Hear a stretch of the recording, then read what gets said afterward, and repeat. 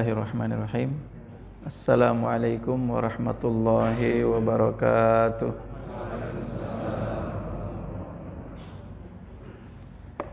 Alhamdulillahilladzi anzala ala abdihil kitaba wa lam yaj'al lahu iwaja. Wassalatu wassalamu ala man la nabiyya ba'dah.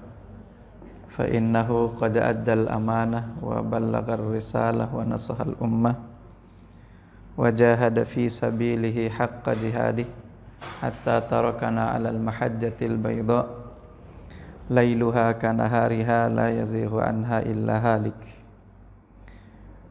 Allahumma 'allimna bima yanfa'una wanfa'na bima 'allamtana wa zidna ilma. Allahumma inna nas'aluka ilman nafi'a wa rizqan thayyiba wa amalan salihan mutaqabbala. Allahumma amin. Semoga Allah Subhanahu wa taala menjadikan kehadiran kita di tempat ini pada pagi hari ini menjadi salah satu di antara amal soleh yang dapat menyelamatkan kita di padang mahsyar nanti. Di dalam surah Al-Zalzalah Allah katakan yauma idzin yasdurun nasu ashtata. Pada hari itu manusia akan datang kembali kepada Tuhannya dalam keadaan ashtata, berkelompok-kelompok. Nanti ada yang kelompoknya bersama dengan orang-orang yang sama-sama ahli korupsi. Ada kelompoknya sama-sama orang yang zalim. Ada kelompoknya sama-sama orang tukang tipu. Mudah-mudahan kita yang hadir di sini dibangkitkan oleh Allah dalam kelompok para pecinta ilmu. Amin ya rabbal alamin. Dan semoga duduknya kita di sini juga menjadikan alasan bagi Allah untuk mengangkat derajat kita di atas derajat sekedar orang-orang yang beriman. Yarfa'illahu alladhina amanu minkum walladhina utul ilma darajat. Yang diberi ilmu oleh Allah derajatnya di atas orang-orang yang sekedar punya iman kepada Allah Subhanahu wa ta'ala. Mudah-mudahan semua janji itu senantiasa menjadi milik kita. Amin ya rabbal alamin. InsyaAllah pagi ini kita masuk ke surah Al-Balad. Surah Al-Balad. Surah ini namanya ada dua. Pertama, seperti yang sudah kita tahu bersama, pertama namanya surah Al-Balad. Yang kedua namanya surah La Uqsimu. Itu nama yang keduanya. Jadi pertama surah Al-Balad, yang kedua surah La Uqsimu. Surah ini jumlah ayatnya 20 ayatan, 20 ayat.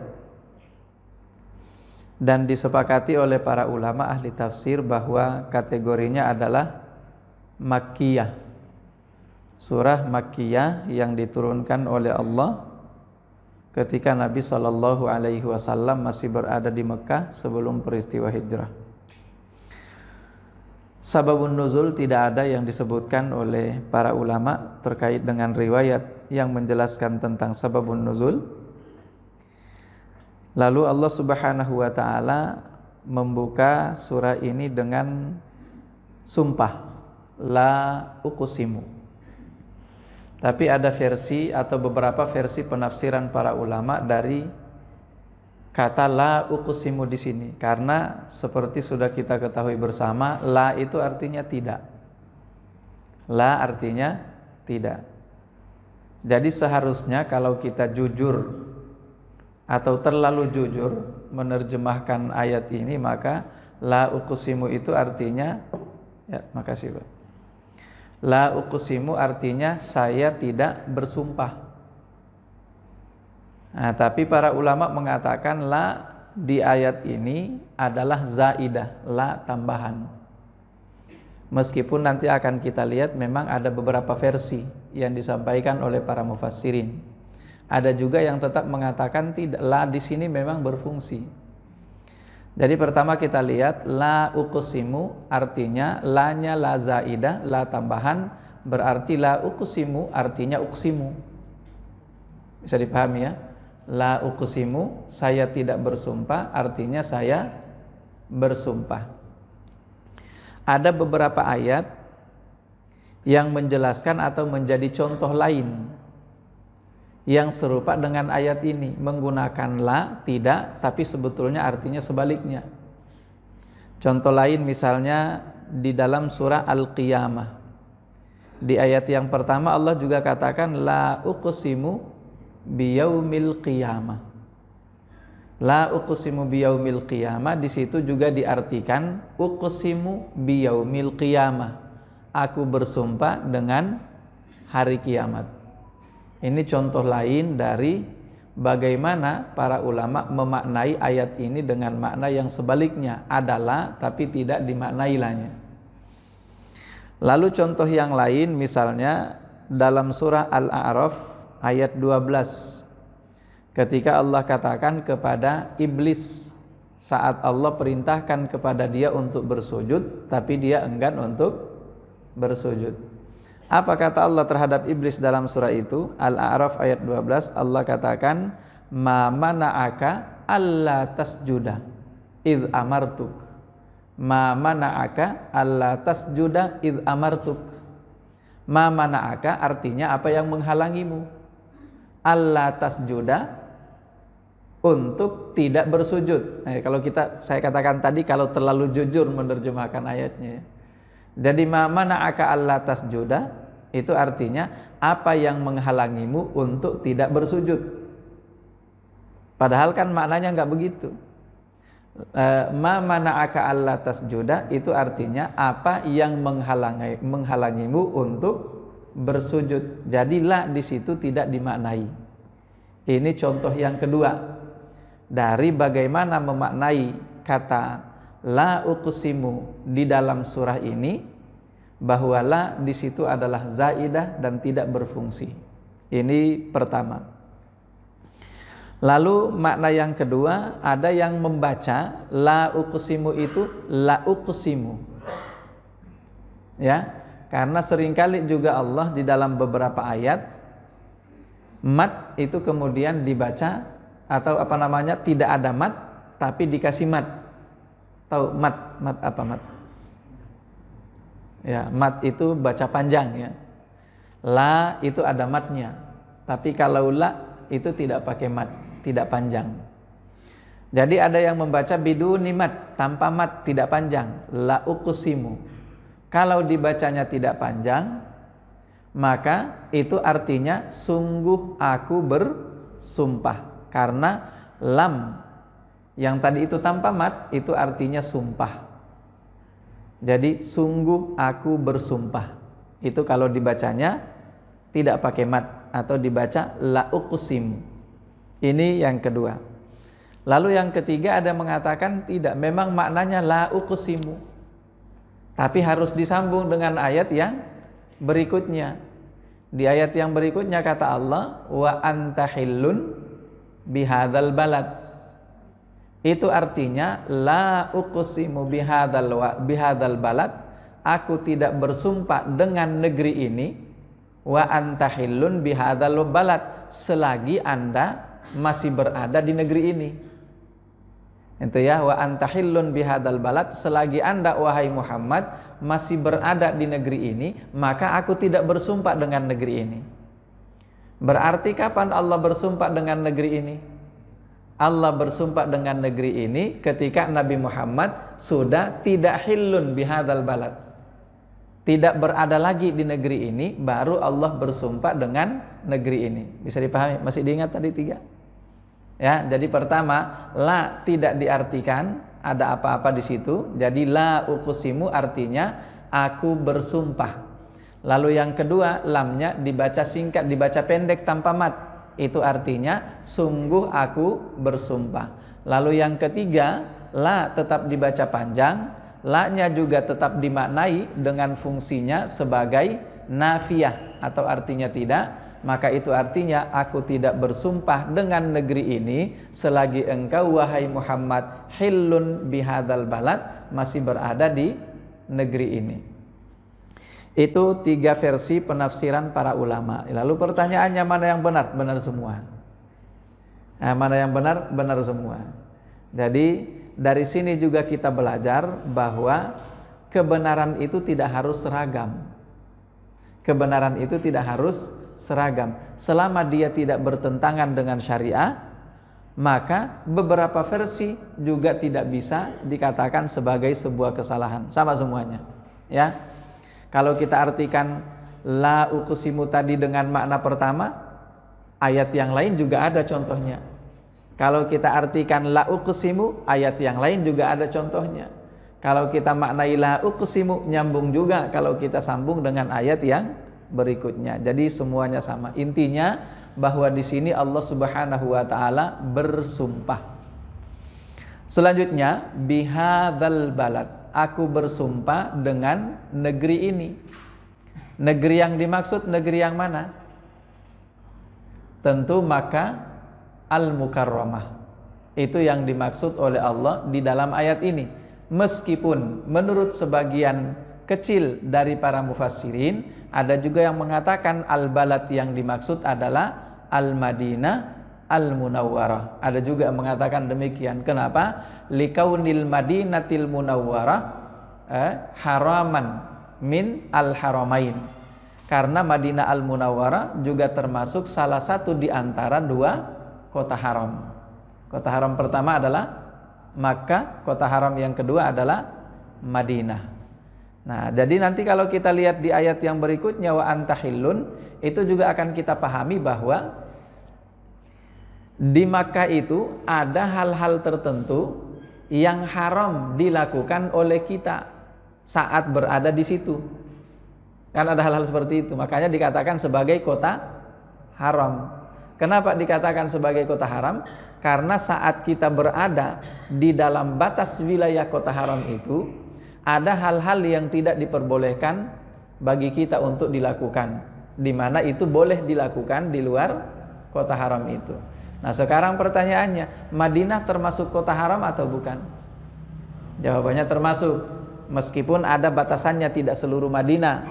Tapi artinya bahwa dengan ini kemudian ada sebagian ahli tafsir yang mengatakan bahwa kota haram atau al-balad yang dimaksud di sini adalah al-Madinah al-Munawwarah, karena juga dia merupakan bagian dari kota haram. Wallahu a'lam bissawab. Yang jelas bahwa 2 kota itu adalah 2 kota yang mendapatkan doa langsung dari 2 rasul yang mulia. Kota yang pertama atau balad yang pertama adalah Makkah Al-Mukarramah. Dapat doa dari siapa Makkah Al-Mukarramah? Nabi Ibrahim alaihi salam. Ya, beliau mendoakan Makkah Al-Mukarramah. Rabbi ja'al hadza baladan amina warzuq ahlahu minas samarati man amana minhum billahi wal yaumil akhir. Qala wa man kafara fa umatti'uhu qalila thumma attarruhu ila jahannam. Nah, jadi Nabi Ibrahim alaihi salam berdoa untuk kesejahteraan kota Makkah Al-Mukarramah. Itu doa Nabi Ibrahim alaihi salam. Maka Makkah Al-Mukarramah itu sampai hari ini menjadi kota yang sejahtera, tidak kekurangan apapun di sana. Atas doa dari Nabi Ibrahim alaihi salam. Tapi ada syarat dan ketentuannya. Man amana minhum billahi wal yaumil akhir. Selagi mereka beriman kepada Allah dan kepada hari akhirat. Nah, sekarang pertanyaannya, pernahkah Makkah Al-Mukarramah itu tidak terwujud doa Nabi Ibrahim ini? Apakah itu pernah?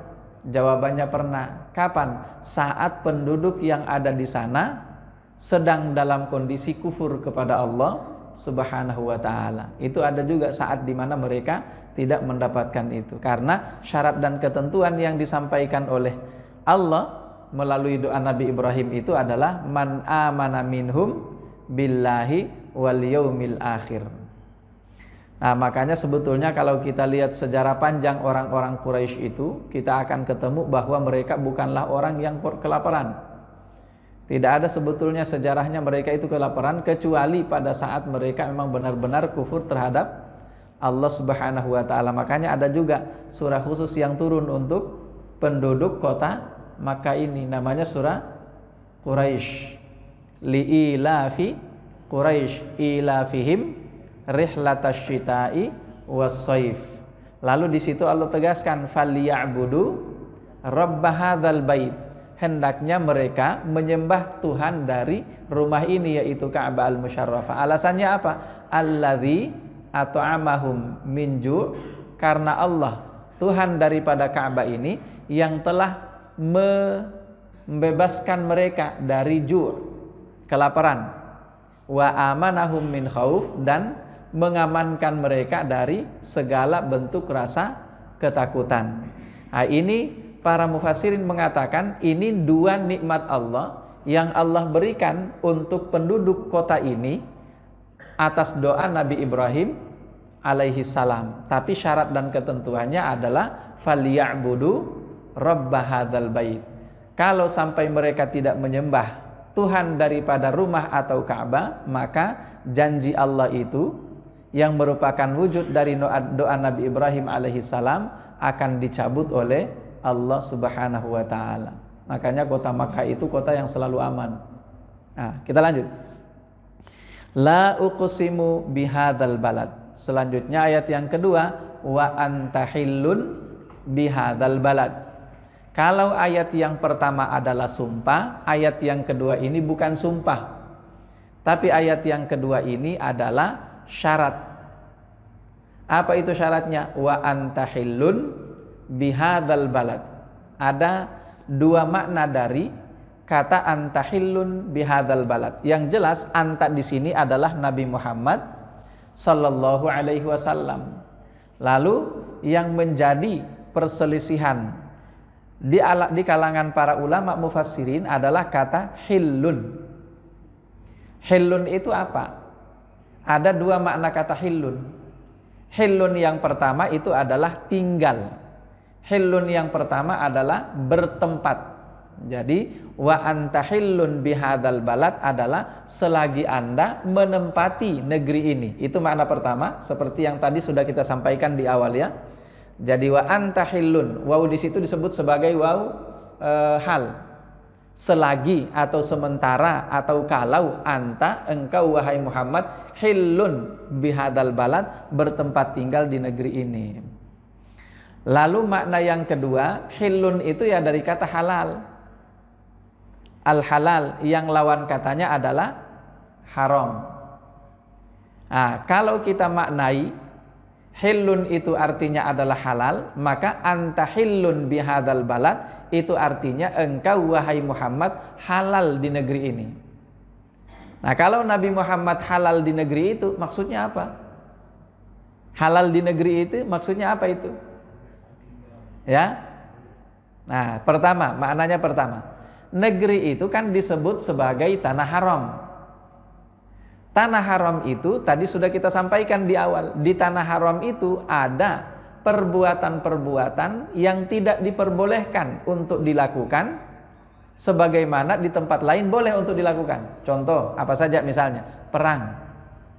Di Makkah Al-Mukarramah itu nggak boleh terjadi pertumpahan darah. Di Makkah Al-Mukarramah itu nggak boleh berantem orang di sana itu.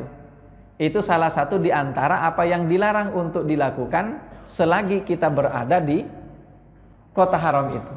Tapi Nabi Muhammad sallallahu alaihi wasallam dihalalkan oleh Allah untuk melakukan itu. Kapan dihalalkan oleh Allah untuk melakukan itu? Yauma fathi Makkah. Pada hari yang disebut sebagai Fathu Makkah. Makanya pada saat peristiwa Fathu Makkah, para ulama mengatakan seandainya saat itu terjadi pertumpahan darah, artinya orang-orang Quraisy melawan pasukan Rasulullah Shallallahu Alaihi Wasallam, maka itu akan terjadi perang. Kalau kemudian terjadi perang, apakah itu adalah sebuah larangan yang dilakukan di kota haram? Jawabannya iya. Tapi dibolehkan untuk Nabi Muhammad Sallallahu Alaihi Wasallam. Makanya sebetulnya niat saja atau rencana saja yang ada pada Nabi Muhammad dan kaum muslimin untuk melakukan Fathu Makkah, seharusnya itu sudah nggak boleh. Karena itu artinya kemungkinannya ada dua. Kemungkinan yang pertama adalah terjadi pertumpahan darah.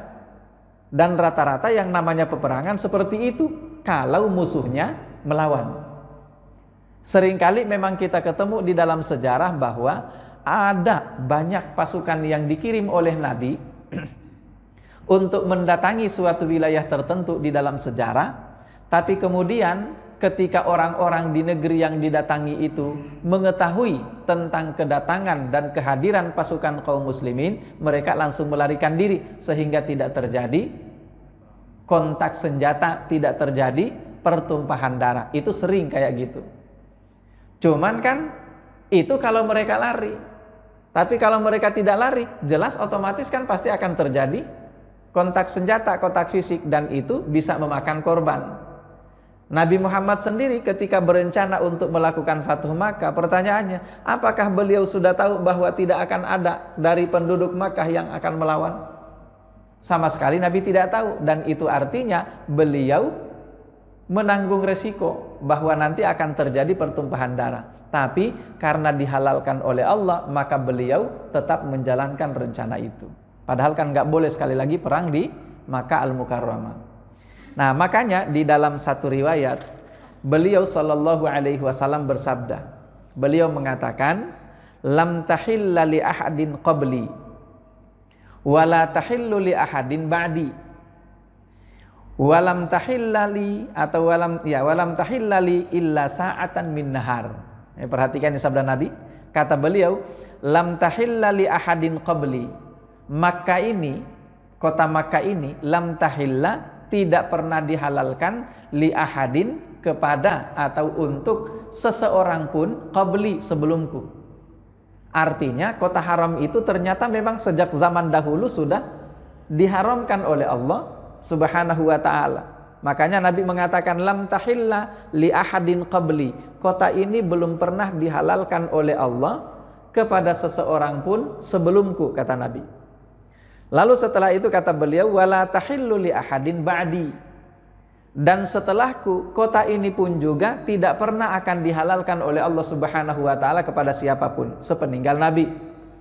Jadi tidak sebelumnya, tidak setelahnya sampai hari kiamat.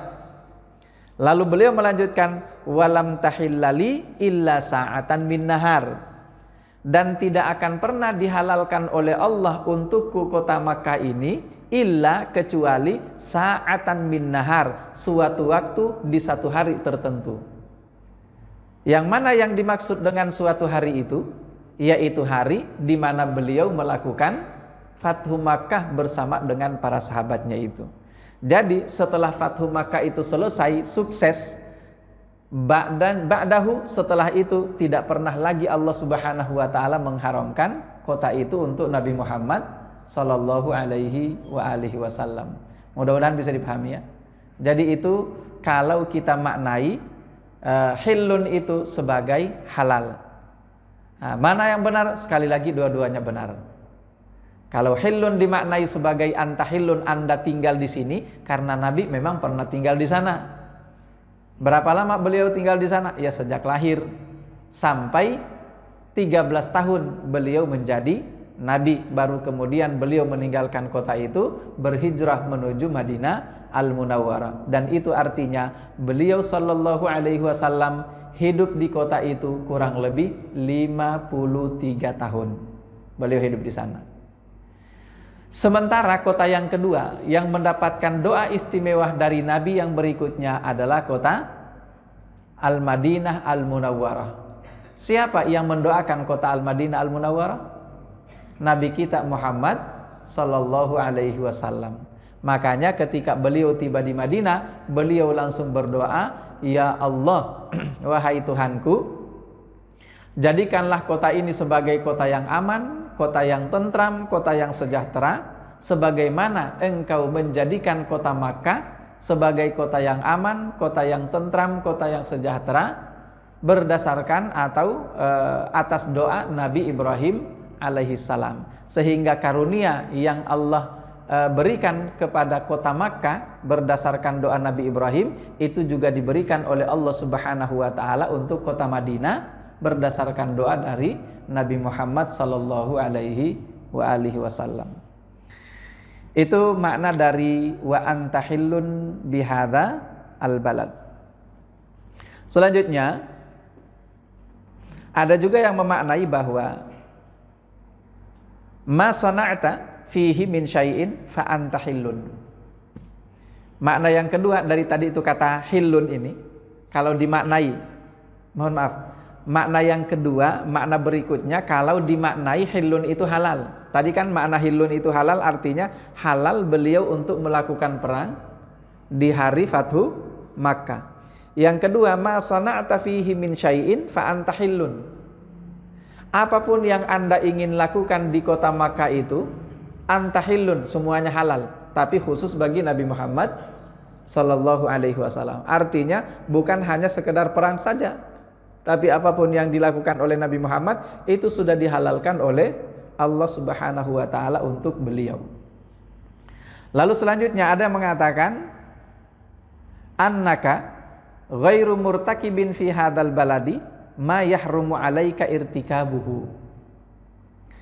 Jadi makna yang ketiga kalau kita artikan hillun sebagai halal, itu artinya Nabi Muhammad sallallahu alaihi wasallam selama berada di kota itu tidak pernah melakukan dosa dan pelanggaran sedikit pun. Artinya semua yang beliau lakukan adalah sesuatu yang dihalalkan oleh Allah Subhanahu wa taala. Bisa dipahami kira-kira? Makanya sebetulnya kalau kita lihat misalnya pelanggaran-pelanggaran, sebetulnya kalau kita sebut sebagai pelanggaran kurang tepat juga ya.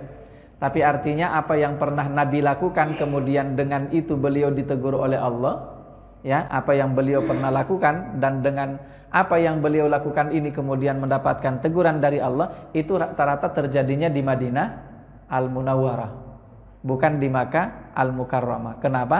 Karena di Makkah Al-Mukarramah melalui makna ayat ini ada yang mengatakan selama Nabi Muhammad berada di sana maka apa yang beliau perbuat tidak pernah ada yang haram. Semua yang beliau perbuat adalah hal-hal yang dihalalkan oleh Allah Subhanahu wa taala. Itu makna dari antahillun bihadzal balad. Selanjutnya ayat yang ketiga. Oh ya, sebelum kita lanjut, seperti sering kita ulang-ulangi, apapun objek yang dijadikan oleh Allah untuk bersumpah itu menunjukkan pentingnya hal tersebut dalam kehidupan umat manusia. Pertanyaannya, apakah penting kota Makkah dalam kehidupan kita umat manusia? Dan apa yang ada di dalamnya? Jawabannya sangat penting. Dari mana kita katakan sangat penting? Ya, di sana ada Ka'bah Al-Musyarrafah. Di mana Ka'bah Al-Musyarrafah itu qiblatul alam. Qiblatul alam itu bukan cuman qiblatul muslimin, seharusnya ya, bukan cuman qiblat bagi orang-orang Islam saja, tapi juga qiblat bagi seluruh umat manusia, bagi alam ini seharusnya. Makanya kalau perhitungan jam kalau nggak salah ya, itu seharusnya kan patokannya, kan menurut sebagian para ahli ya, seharusnya patokannya itu katanya di sana di Ka'bah Al-Musyarrafah itu. Dan ada juga mengatakan bahwa sebetulnya bumi ini menjadi terlindungi dari segala macam mara bahaya yang mengancamnya seharusnya dalam 24 jam. Itu karena ada pancaran perlindungan yang dipancarkan melalui Ka'bah Al-Musyarrafah itu. Itu yang seharusnya ya. Jadi pusatnya itu di sana, Dan kaum muslimin kalau tidak ada Ka'bah itu nggak bisa ngapa-ngapain itu. Semua pusatnya kita di sana. Jadi kalau misalnya kita katakan bahwa apakah memang penting Makkah Al-Mukarramah itu dengan apa yang ada di dalamnya bagi kaum muslimin? Sangat penting.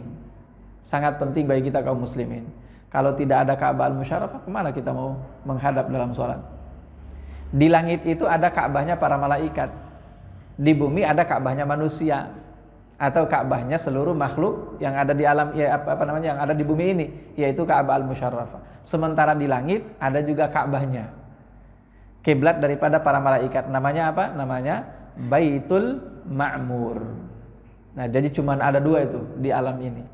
Di langit yang ke-7 disebut Baitul Ma'mur, sementara di bumi ini disebut Ka'bah Al-Musyarrafah. Intinya, tidak ada satupun di antara kita kaum muslimin yang meragukan seberapa pentingnya kota haram itu dalam kehidupan kita umat manusia, khususnya umat muslim ini ya. Wallahu a'lam bissawab. Selanjutnya ayat yang berikutnya, wa walidin wa ma walad. Nah, ini lanjutan sumpah, lanjutan qasam. Jadi tadi diantarai oleh Allah ayat yang kedua. Ayat yang kedua itu tidak ada qasam di situ, tidak ada sumpah. Baru dilanjutkan sumpahnya oleh Allah di ayat yang ketiga ini, wa walidin wa ma walad. Wa walidin wa ma walad. Wa walid, apa artinya walid? Walid itu artinya ayah. Jadi dalam bahasa Arab ayah itu ada 2 bahasa Arabnya. Pertama walid, yang kedua abun. Itu yang kedua. Meskipun sebetulnya perbedaan antara 2 kosakata itu, walid itu lebih umum dari ab. Jadi walid itu artinya orang tua. Makanya ibu itu juga disebut walid, tapi dengan penambahan ta marbutoh, identitas perempuan. Jadi kalau ayah disebut walid, kalau ibu disebut walidatun. Kalau dua-duanya disebut apa? Walidaini. Rabbighfirli wali walidayya. Nah, itu 2 orang tua. Tapi sering juga dalam bahasa Arab 2 orang tua itu menggunakan abawain. Ya, 2 orang tua menggunakan abawaini. Dari kata apa abawaini itu? Dari kata abun, ayah. Jadi kalau abawaini secara bahasa artinya 2 ayah, itu artinya kedua orang tua, ayah dan ibu. Nah, sekarang pertanyaannya, terus wa walidin di sini Allah bersumpah untuk ayah, orang tua, bapak. Siapa yang dimaksud dengan ayah di sini? Nah, maka maknanya ada 2. Pertama, walid artinya adalah semua orang tua, ayah. Ya, semua orang tua atau semua ayah. Lalu makna yang kedua, walid di situ adalah Nabi Ibrahim alaihissalam. Oh ya, mohon maaf, ada 3 maknanya.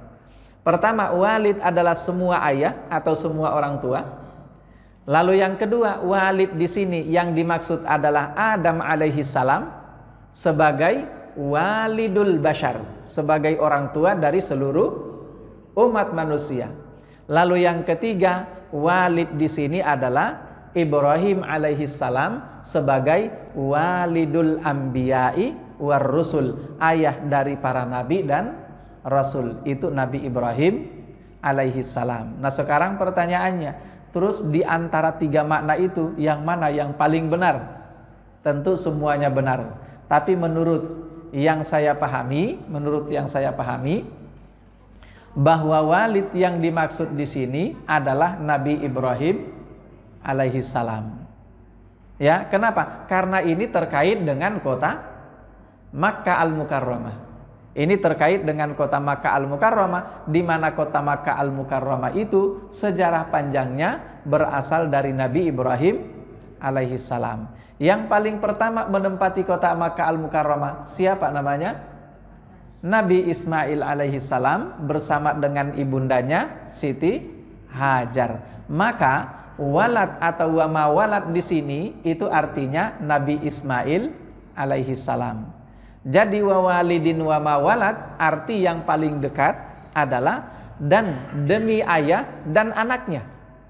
Demi ayah dan demi anaknya. Siapa ayahnya? Ibrahim. Demi anaknya, siapa anaknya? Ismail alaihissalam.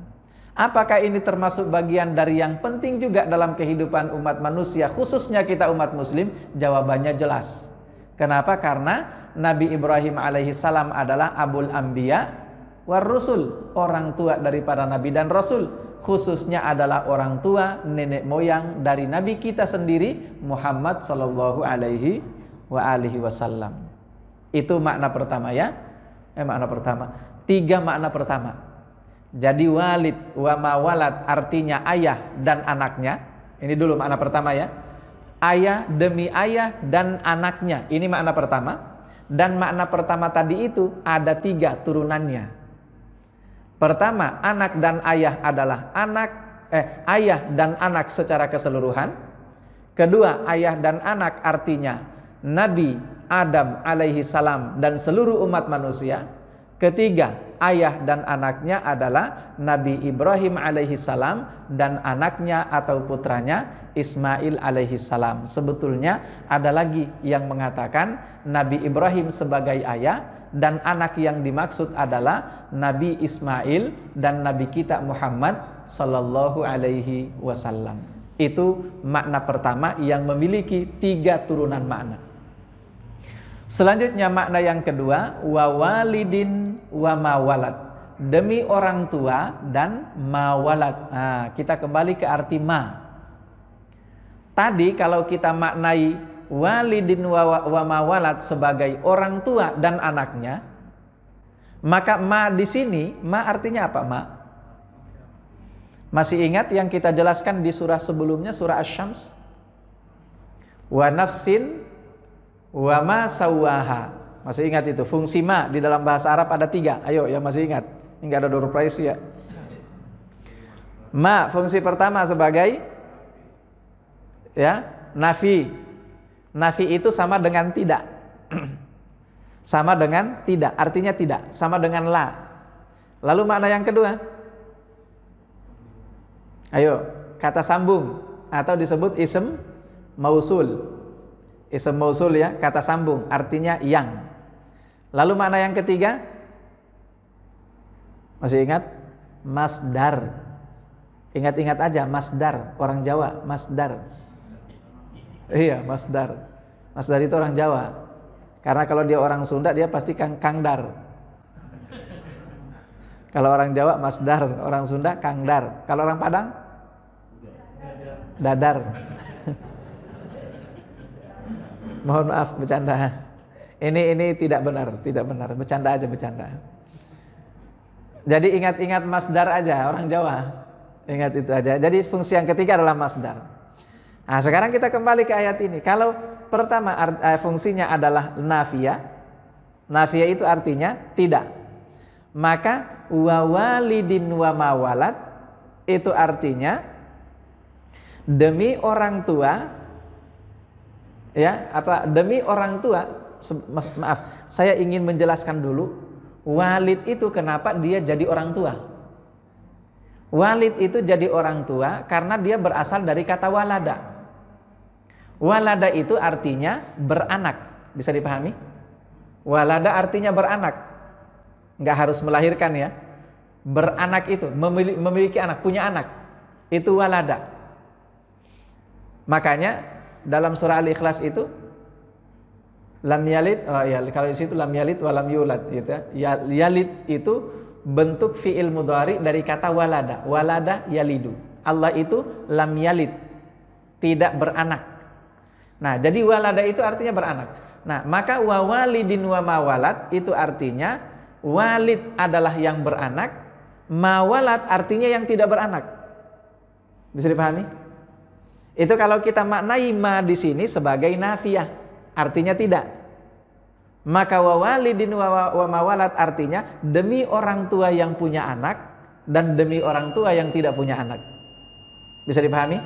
Ini makna pertama. Selanjutnya, kalau kita maknai ma sebagai mausul atau kata sambung, maka itu artinya demi orang tua dan yang dia lahirkan. Dan yang dia lahirkan. Ya, itu kalau kita maknai sebagai makna yang kedua, karena ma di situ adalah yang.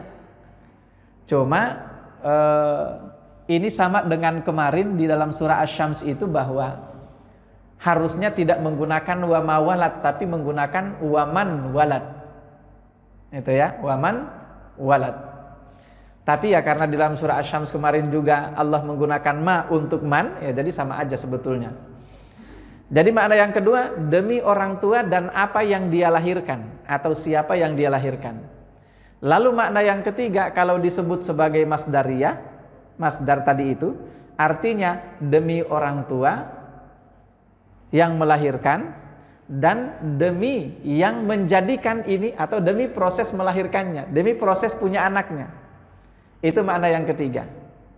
Nah, intinya bahwa di sini Allah Subhanahu wa taala bersumpah dengan semua itu. Kalau kita maknai tiga-tiganya semuanya tepat. Kenapa? Karena semua terkait dengan Allah Subhanahu wa taala yang kuasanya luar biasa. Itu makna daripada kata wa walidin wa ma walad. Selanjutnya laqad khalaqnal insana fi kabad. Tapi karena sudah alarm, sudah syuruk ya. Syuruk jam 4.43 ya. Ya, syuruk jam 4.43. Insyaallah masih panjang. Kita akan lanjutkan kembali di pertemuan yang berikutnya. Kita cukupkan dari sama-sama baca hamdalah. Alhamdulillahirabbil alamin. Kita tutup dengan doa kafaratul majelis. Subhanakallahumma wa bihamdika asyhadu an la ilaha illa anta astaghfiruka wa atubu ilaik. Wassalamualaikum warahmatullahi wabarakatuh.